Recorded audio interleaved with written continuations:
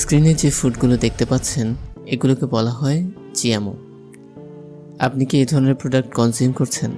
যদি কনজিউম না করে থাকেন তবে জেনে নিন এই প্রোডাক্টগুলো ভবিষ্যতে খুব বেশি পরিমাণে দেখা যাবে। এই ধরনের প্রোডাক্টগুলোকে বলা হয় জেনেটিক্যালি মডিফাইড ফুড বা জিএমও। সো প্রশ্ন হচ্ছে জিএমওটা আসলে কি?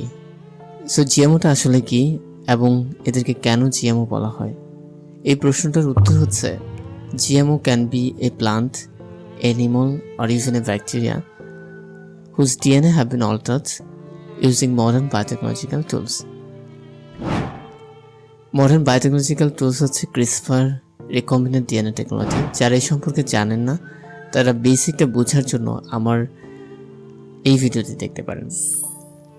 তো GMO হচ্ছে মেইনলি যেখানে বিজ্ঞানীরা যে ধরনের ফুডে বা অর্গানিজমে চেঞ্জ করে, স্পেশালি তাদের ডিএনএতে অথবা জিন লেভেলে, to give them a new function, new trade. Suppose হচ্ছে এই ফলটা দেখেন, এটাকে বলা হয় ব্রিঞ্জাল। সমস্যা হয় তখনই যখন কৃষকের জমিতে যেখানে ব্রিঞ্জাল চাষ করা হয় সেখানে লেপিডোপ্টেরান পেস্ট নামে একটি পোকা আক্রমণ করে এবং তারা ব্রিঞ্জাল ফসলকে নষ্ট করে দেয়। তো বিজ্ঞানীরা আসলে কি করে? আমেরিকাতে সর্বপ্রথম বিজ্ঞানীরা একটা ব্রিঞ্জাল তৈরি করে যার জিনের মধ্যে একটা প্রোটিন দিয়ে দেওয়া হয় এবং যখন পোকা ওই ব্রিঞ্জাল ভক্ষণ করে তখন দেখা যায় এই ব্রিঞ্জাল থেকে একটা প্রোটিন রিলিজ হয় এবং এটা এই পোকাকে মেরে ফেলে। তাদের গাট ব্লাস্ট হয়ে যায় এবং তারা পরবর্তীতে মারা যায়। বিজ্ঞানীরা প্রমাণ করে দেখায় যে এই জিনিসটা মানুষের জন্য ক্ষতিকর নয়, এটা মানুষের বডিতে গেলে এই প্রোটিনটা নষ্ট হয়ে যায়। তো এটা একটা যুগান্তকারী আবিষ্কার হয় এবং এটা এত সাড়া ফেলে এখন পুরো পৃথিবীর অধিকাংশ দেশই এই জেনেটিক্যালি মডিফাইড ফুড তৈরি করছে এবং সেটা বিভিন্ন দেশে রপ্তানি করছে।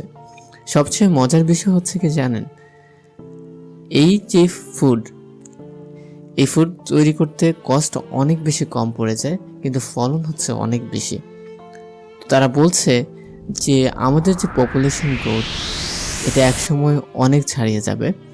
এখনও স্টিল পৃথিবীতে অনেক মানুষ এই খাবারের অভাবে মারা যায়।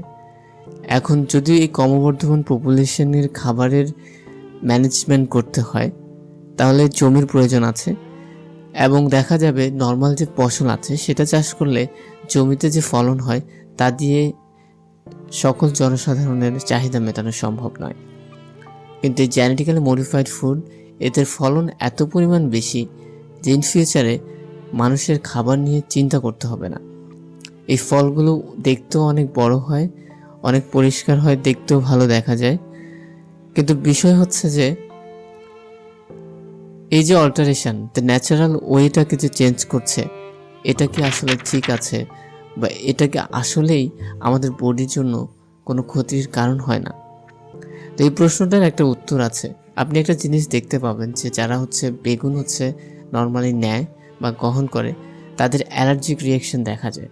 এই অ্যালার্জিসিটি বাড়ার একটা গুরুত্বপূর্ণ রিজন এই জিন লেভেলের এই পরিবর্তন। আরও একটা বিষয় যে এটা আমাদের ইকোসিস্টেমকে হ্যাম্পার করছে এবং আমাদের ইকোসিস্টেম যখন হ্যাম্পার হচ্ছে তখন আমরা জানি যে আমাদের যে ডাইভার্সিটি আছে, যেটা আমাদের এই যে এনভায়রনমেন্টের প্রাণ, সেটা যদি কমে যায় তাহলে কিন্তু আমাদের অস্তিত্ব সংকটে পড়ে যাবে। জিএমও আসলে অনেক কিছু অফার করে, তার মধ্যে সবচেয়ে বড় বিষয় এটি ক্রপের ইল্ড অনেক বাড়িয়ে দেয়। এটা বেটার নিউট্রিশন প্রোভাইড করে। এটা বিভিন্ন পোকামাকড় থেকে ক্রপের যে রেসিস্ট করার যে ক্যাপাসিটি সেটা বাড়িয়ে দেয়। বিভিন্ন পরিবেশ যেমন লবণাক্ত এবং শুকনো খরাতেও বিভিন্ন ফল বা বিভিন্ন শস্য এখন বাঁচতে পারে, জাস্ট ওই জিনটা যদি সেখানে ইনসার্ট করে দেওয়া যায়। ধরেন একটা গাছের প্রচুর পরিমাণ পানির প্রয়োজন হয়, এখন এমন একটা জিন যদি ওখানে ইনসার্ট করে দেওয়া যায় যেটা পানির প্রয়োজন খুব কম হয় এবং তাহলে দেখা যাবে যে ওই জিনটা কিন্তু ওখানে ফাংশন করবে এবং গাছের যে পানির যে গ্রহণ ক্যাপাসিটি সেটা হচ্ছে কমে যাবে। আমি খুব সিম্পলি এই কথাগুলো বলে ফেললাম। তো আরও সুন্দরভাবে গুছিয়ে ভিডিও বানানো যেত, তো ভিডিওটা আসলে এখানেই শেষ।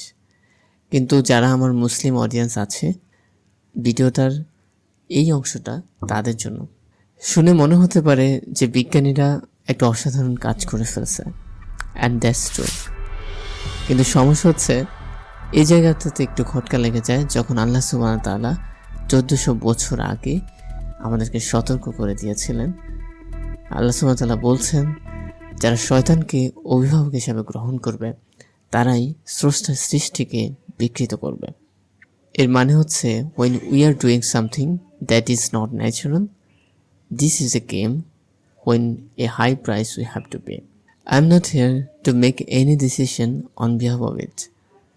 I'm just letting you know so you can understand and relate that things in future and you do not have any confusion. Thank you so much everyone for watching this video. If you like this video, please subscribe to my channel and we will make amazing video if we get support from you guys. Thank you so much. See you later.